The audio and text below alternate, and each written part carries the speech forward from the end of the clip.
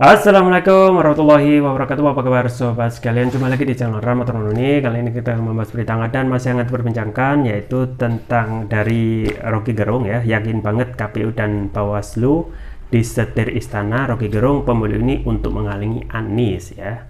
Dan ini terkait dengan konstelasi politik terkait pemilu yang saling dalam tanda kutip ya, saling sikut ya untuk tahap awal verifikasi faktual partai politik yang akan menjadi peserta pemilu yang kita ketahui semua partai politik diloloskan kecuali di Partai Umat, dan ada 3 partai yang diduga ya sesuai dengan berita yang beredar ya adanya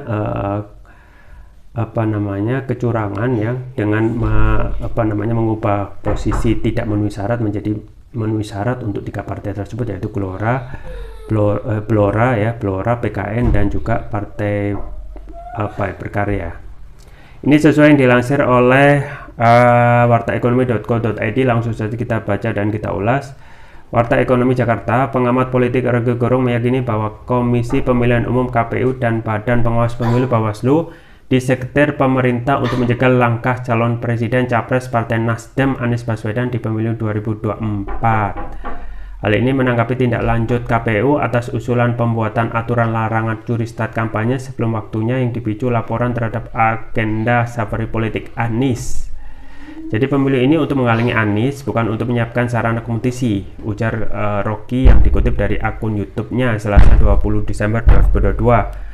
Bahkan di tindak lanjut KPU terkait larangan curi start kampanye sebelum waktunya menunjukkan bahwa penyelenggaraan pemilu disetir istana, sehingga Rocky memprediksi pemilu 2024 tidak akan bermutu.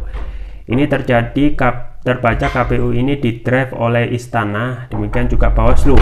Jadi kita tahu dari awal ini nggak bakal bermutu, ucap dia.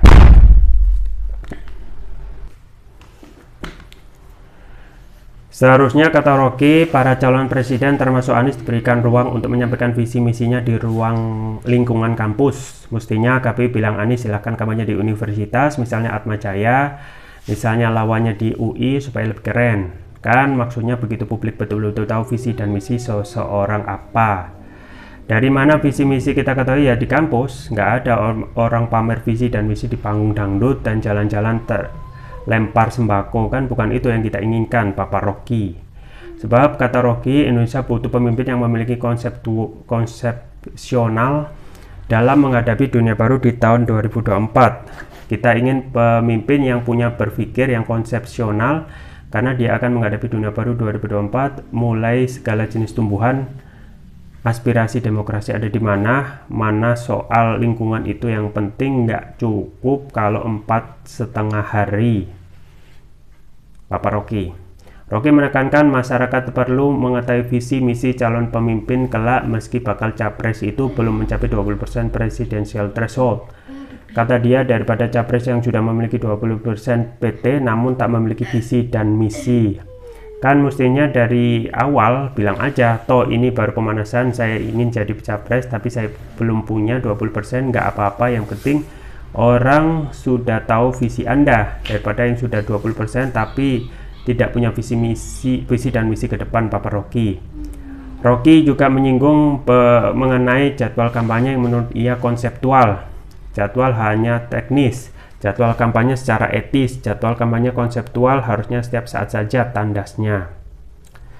Ya itu ya sobat sekalian terkait peran Bawaslu dan KPU yang ini ya yang menurut dari Rocky ya terkait dengan kiprahnya ya belakang ini terkait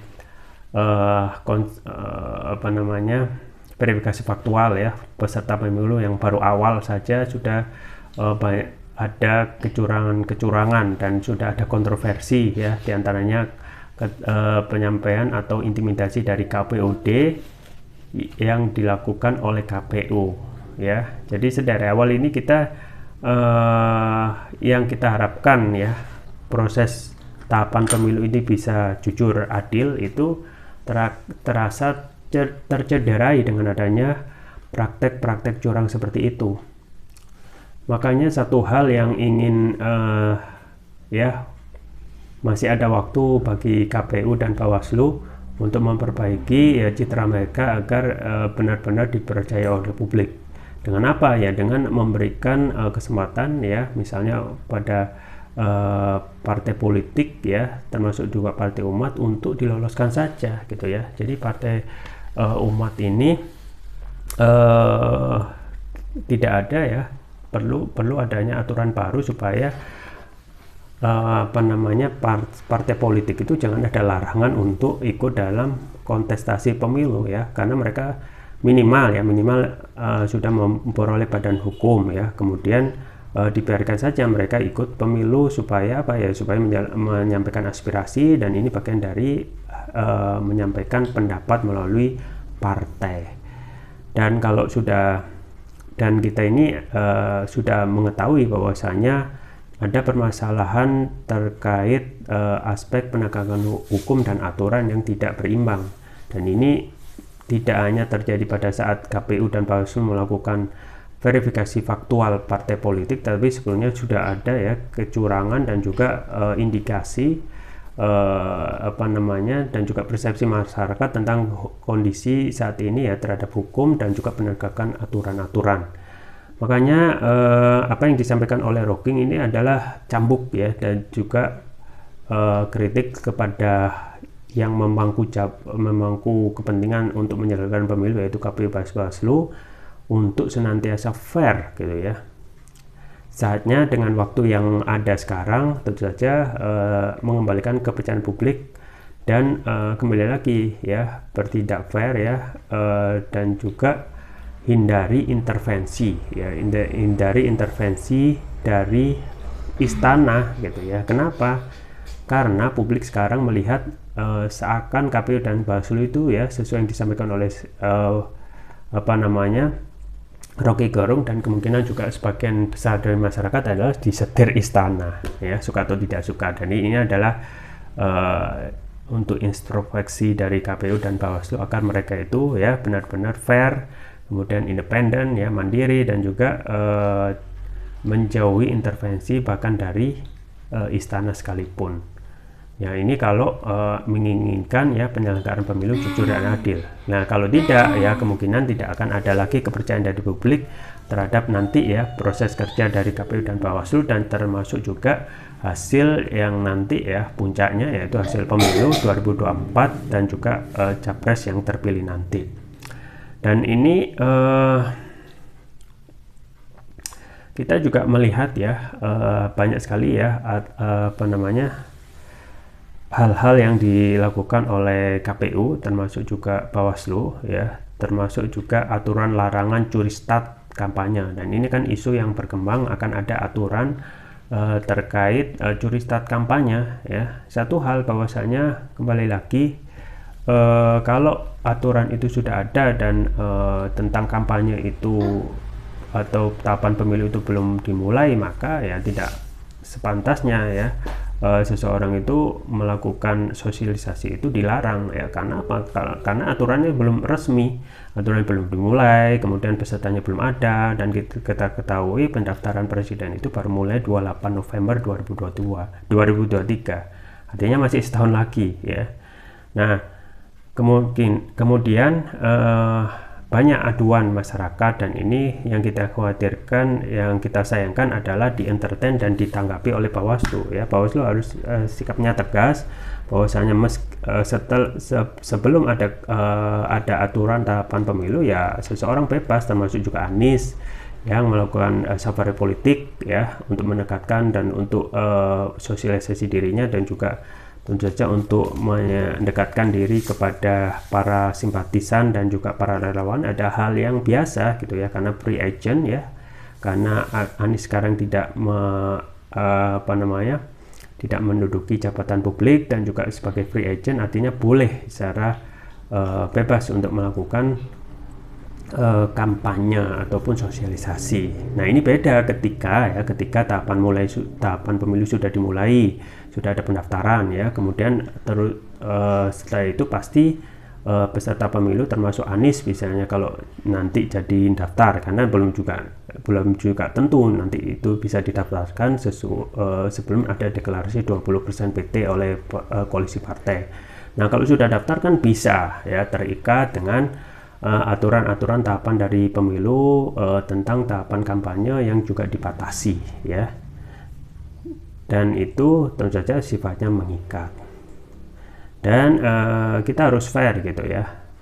Kita harus melihat fair ya, bahwasanya apa yang disampaikan oleh Anies dalam ini yang menjadi free agent ya, menjadi orang yang tidak mempunyai ikatan apapun ya, kecuali kalau nanti dideklarasikan ya oleh koalisi perubahan ya, koalisi perubahan itu mendeklarasikan diri dan menunjuk Anies, maka itu secara resmi ya bisa didaftarkan dan harus terikat dengan aturan KPU ya. Nah, saat ini belum gitu ya.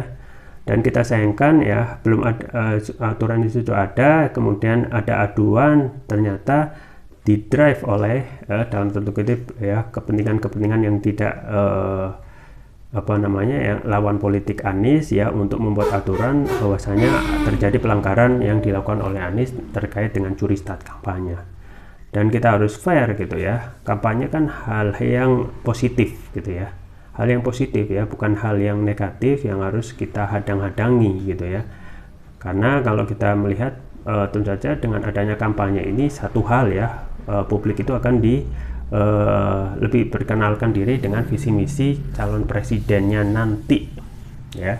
Jadi perlu mengetahui ya visi misi, dan juga perlu adanya edukasi ya tentang apa yang akan dilakukan presiden nanti ketika memang benar-benar akan secara resmi diusung oleh koalisi partai politik ya.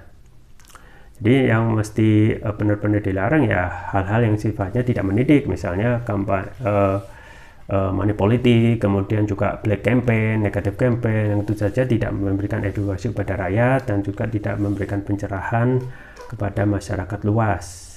Dan ini juga kritik kepada KPU ya, masih ada waktu untuk memperbaiki kondisi saat ini yang masyarakat itu kurang begitu confidence dengan kurang begitu puas dengan dan juga percaya dengan kinerja KPU dan Bawaslu yang dalam tanda kutip masih bisa disetir oleh istana. Itu yang juga disampaikan oleh Rocky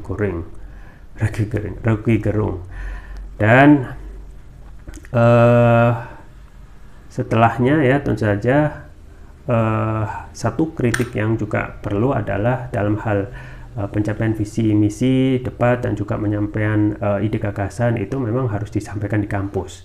Karena satu hal ya, kita tidak ingin juga ya membeli seperti membeli kucing dalam karung ya. Kemudian banyak sekali permasalahan-permasalahan yang ada di negeri ini yang perlu diambil solusi. Makanya solusi ya pemikiran, debat, kemudian juga penyampaian gagasan, solusi terhadap masalah di negeri ini itu hanya bisa disampaikan melalui aktivitas intelektual ya, debat, kemudian pencapaian menyampaikan visi misi dan juga solusi ya, ide terhadap permasalahan di negeri ini yang bisa disampaikan oleh capres itu di kampus. Dan sampaikan oleh Rocky Gerung ya tidak mungkin menyampaikan visi misi itu di dangdutan ataupun di aktivitas outdoor yang tidak bisa menyampaikan ide gagasan secara intelektual. Dan ini juga yang menjadi ganjalan bagi Anies ya, ketika ada PT 20% ya, terpaksa Anies harus kesana kesini untuk mendapatkan dukungan ya. Dan ini juga 20% ini ataupun aturan presidential threshold, kita ketahui ya, kita melihat ya ini adalah ya terus difasilitasi, akomodasi, dan harusnya dikritik gitu ya, karena satu hal gitu ya, selain 20% dan tentu saja adalah biaya pemilu yang mahal ya. Biaya pemilu mahal ini terus didrive ataupun tidak pernah diberikan untuk cari solusinya ya. Karena dengan adanya biaya pemilu mahal ya, kemudian juga ini